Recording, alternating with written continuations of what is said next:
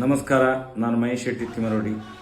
ಈ ದೇಶದ ಎಲ್ಲ ಒಂದು ಹೋರಾಟಕ್ಕೆ ಬೆಂಬಲವನ್ನು ನೀಡುತ್ತಿರುವಂಥ ಸೌಜನ್ಯ ಪರವಾಗಿ ಹೋರಾಟ ಇರಬಹುದು. ಈ ದೇಶದ ಎಲ್ಲ ಜನರಿಗೂ ಪ್ರಥಮವಾಗಿ ವಂದಿಸುತ್ತಾ, ಇದೀಗಲೇ ಕಳೆದ 3-4 ದಿವಸದಿಂದ ಇಡೀ ರಾಜ್ಯ ದೇಶ ಇನ್ಸ್ಟಾಗ್ರಾಮಲ್ಲಿರ್ಬೋದು, ಫೇಸ್ಬುಕ್ಕು, ವಾಟ್ಸಪ್ ಎಲ್ಲದರಲ್ಲೂ ಕಾಣಿಸುವಂಥದ್ದು ಒಂದೇ ಕುಮಾರಿ ಸೌಜನ್ಯ. ಇದು ಕಳೆದ 13 ವರ್ಷದ ಹೋರಾಟದ ಫಲಶ್ರುತಿ. ಇವತ್ತು ಸೌಜನ್ಯಳು ಎಲ್ಲರ ಮನೆಯ ಮಾತಾಗಿ ಮಾತಾಡಲಿಕ್ಕೆ ಪ್ರಾರಂಭ ಮಾಡಿದಳು ಅಂತ ಹೇಳಿದರೆ, ಇವತ್ತು ಮುಂದಿನ ದಿನಗಳಲ್ಲಿ ನ್ಯಾಯ ಬಹಳಷ್ಟು ಸನ್ನಿಹಿತವಾಗಿದೆ ಅನ್ನುವುದಕ್ಕೆ ಒಂದು ಉದಾಹರಣೆ.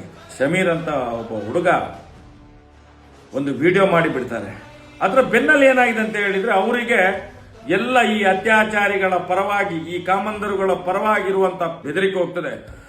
ಲೀಗಲ್ ಟೀಮ್ ಇಂದ ನಿನ್ಗೆ ನೋಟಿಸ್ ಬಿಡ್ತೇವೆ, ಅದು ಮಾಡ್ತೇವೆ, ಇದು ಮಾಡ್ತೇವೆ ಅಂತೇಳಿ ಇವ್ರಿಗೆ ಎಲ್ಲ ದಿಕ್ಕಿಂದ ಕಿರಿಕಿರಾಗಿ ನಿಲ್ಲಿಸ್ಬಿಟ್ಟು ಪುನಃ ಆ ಒಂದು ವಿಡಿಯೋವನ್ನು ಪ್ಲೇ ಮಾಡ್ತಾರೆ.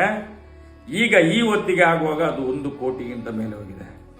1 ಕೋಟಿಗಿಂತ ಮೇಲೆ ಹೋಗಿ ಆಯ್ತದು.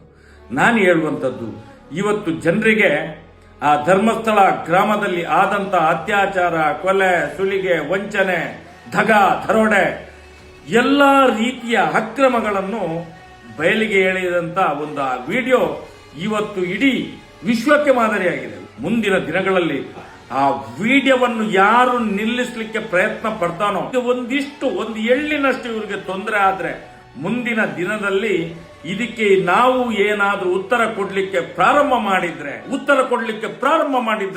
ಸೌಜನ್ಯ ಪರ ಹೋರಾಟಗಾರರು ಪ್ರಾರಂಭ ಮಾಡಿದ್ರೆ ಈ ರಾಜ್ಯದ ಸರ್ಕಾರವೇ ನೇರ ಹೊಣೆಗಾರಿಕೆ ಆಗ್ತದೆ, ಪೊಲೀಸ್ ಇಲಾಖೆ ಹೊಣೆಗಾರಿಕೆ ಆಗ್ತದೆ, ಈ ರಾಜ್ಯದ ಕಾನೂನಿನ ಸುವ್ಯವಸ್ಥೆ ಇದಕ್ಕೆ ಹೊಣೆಗಾರಿಕೆ ಆಗ್ತದೆ. ಯಾಕಂತ ಹೇಳಿದ್ರೆ 13 ವರ್ಷದಿಂದ ಮಾಡಿದಂತಹ ಹೋರಾಟಕ್ಕೆ ಒಂದು ಸತ್ಯದ ವಿಷಯವನ್ನು ಜನಗಳಿಗೆ ಮುಟ್ಟಿಸುವಂತ ಕೆಲಸ ಮಾಡಿದ್ರೆ ನಿಮ್ಗೆ ನೋವಾಗ್ತದೆ. ನಿಮ್ಗೆ ಹಸಿ 17 ವರ್ಷದ ಹೆಣ್ಣು ಮಗಳನ್ನು ಅತ್ಯಾಚಾರ ಮಾಡಿ ಕೊಲೆ ಮಾಡಿ ತಿಂದು ತೇಗುವಾಗ ನಿಮ್ಗೆ ನೋವಾಗ್ಲಿಲ್ಲ? ನಿಮ್ಗೆ ಪಾಪಿಗಳಿಗೆ ಆ ಅಮ್ಮ ಮೌನ ಮುಂದಿನ ದಿನಗಳಲ್ಲಿ ಕ್ರಾಂತಿ ಆಗ್ತದೆ. ಎಚ್ಚರ ಇರಲಿ. ಸತ್ಯ ಹೇಳಿದ್ರೆ ಕೇಸು, ಕೋರ್ಟು. ಮುಂದಿನ ದಿನಗಳಲ್ಲಿ ಯಾರ್ಯಾರು ಅತ್ಯಾಚಾರ ಮಾಡ್ತಾರ ರಸ್ತೆಯಲ್ಲಿ ಬಂದು ಖಂಡಿತ ಹೇಳ್ತಾರೆ ನಾವೇ ಮಾಡಿದ್ದು ಅಂತೇಳಿ. ನೋಡ್ಬೇಕಾದ್ರೆ ಎಚ್ಚರಿಕೆಯ ಕರೆಗಂಟೆ ಇದು. ಈ ಸಮೀರ್ MDಯ ಒಂದು ವಿಡಿಯೋ ಎಚ್ಚರಿಕೆಯ ಕರೆಗಂಟೆ.